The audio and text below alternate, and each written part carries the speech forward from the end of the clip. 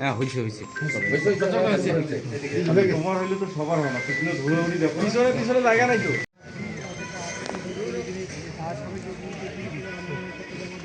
ভাই আমি fit on করেছি, দেখি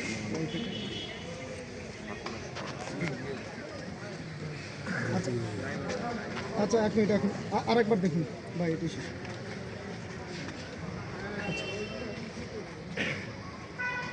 আচ্ছা এখন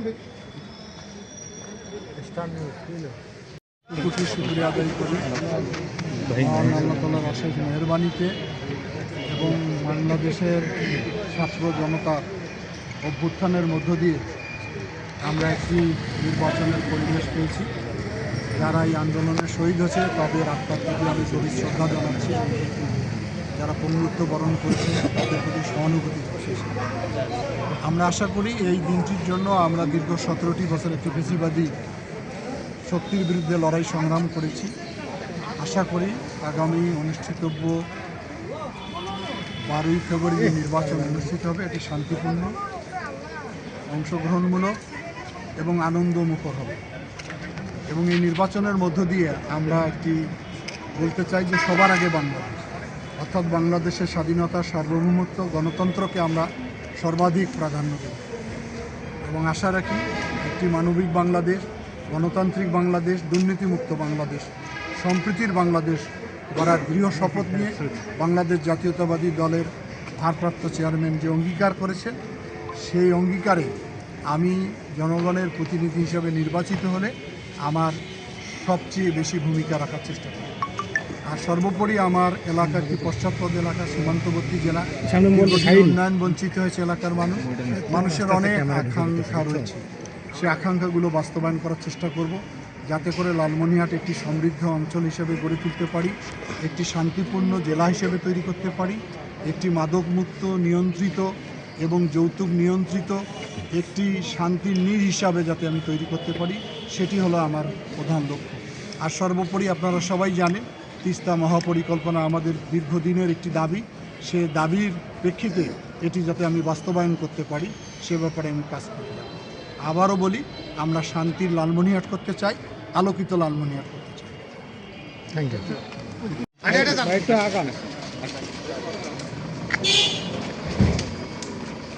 ভাইয়ের সাথে একটু থাকবে।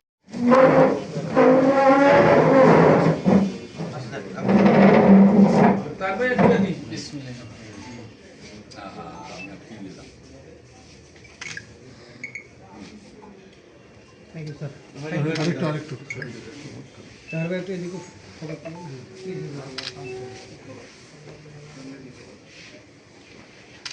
Okay thank you.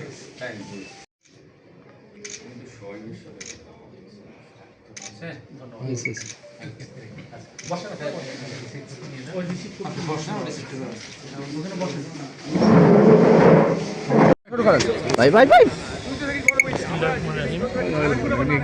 মহান আল্লাহ তাআলার অশেষ রহমত, একটু জোরে বলেন। লালমনিরহাটবাসীর পক্ষ থেকে জাতীয় পার্টির পক্ষ থেকে জাতীয় সংসদীয় আসন 18 ও লালমনিরহাট 3 এই আসনের জন্য আমি এবারে ত্রয়োদশ জাতীয় সংসদ নির্বাচনে সংসদ সদস্য প্রার্থী হিসাবে প্রতিদ্বন্দ্বিতার উদ্দেশ্যে রিটার্নিং কর্মকর্তার কার্যালয়ে আমার মনোনয়নপত্র জমা দেওয়ার জন্য এসেছি।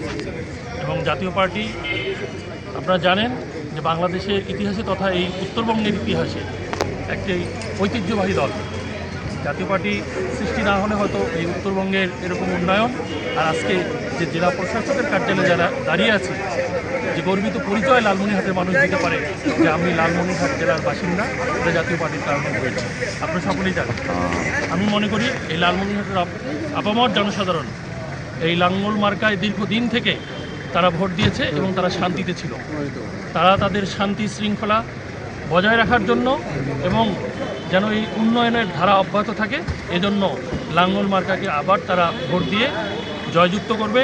এবং আমি যদি এই আসনের সংসদ সদস্য নির্বাচিত হতে পারি, আমি আপনাদেরকে সর্বপ্রথম বলতে পারি যে আপনারা শান্তিতে এই লালমনিরহাটের মানুষজন ব্যবসা বাণিজ্য আপনাদের কাজ সব কিছু করতে পারবেন এবং উন্নয়ন যত আছে লালমনিরহাটে জাতীয় পার্টির হাতে হয়েছে তার ধারাবাহিকতা অব্যাহত থাকবে ইনশাআল্লাহ। জয়ের ব্যাপারে আশাবাদী কতটুকু? অবশ্যই জয়ের ব্যাপারে শতভাগ আশাবাদী। যদি নির্বাচনে লেভেল প্লেইং ফিল্ড হয়, নির্বাচনে যদি সঠিক এবং সুষ্ঠু ভোট হয়, তাহলে লালমনিরহাটের শুধু এই সদর না, লালমনিরহাটের একাধিক আসনে লাঙ্গল মার্কা বিজয়ী হবে ইনশাআল্লাহ। প্রচারণা চালাচ্ছি, ঠিক তার পরক্ষণে সেখানে গিয়ে আমাদের প্রতিপক্ষ একটি দল তাদেরকে বিভিন্নভাবে হুমকি দামকি দিচ্ছে এবং কি এভাবেও বলছেন যে আপনারা যদি জামাত ইসলামের সাথে যান, দাঁড়িপাল্লার সাথে যান, আগামী 12 তারিখের পর কীভাবে এলাকায় থাকবেন আমরা দেখে নেব, মামলা হবে, এটা হবে, ওটা হবে, এভাবে বিভিন্নভাবে সাধারণ মানুষকে হুমকি দামকি দেওয়া হচ্ছে। Thank you. খুব দুঃখজনক এবং ন্যাক্কারজনক। প্রার্থী হওয়ার সম্ভাবনা আছে কিনা? এটা সাংগঠনিক সিদ্ধান্ত, এটা এখনই আমরা কনফার্ম বলতে পারবো না। যাচাই বাছাইয়ের ডেট আছে, মনোনয়ন উত্তরের ডেট আছে, কাজে একটু অপেক্ষা করতে হবে। তবে আমরা আশা করবো যে আমরা 3টে আসনেই বাংলাদেশ জামাত ইসলামীকে যেন দেওয়া হয়, সেজন্য আমরা আশাবাদী।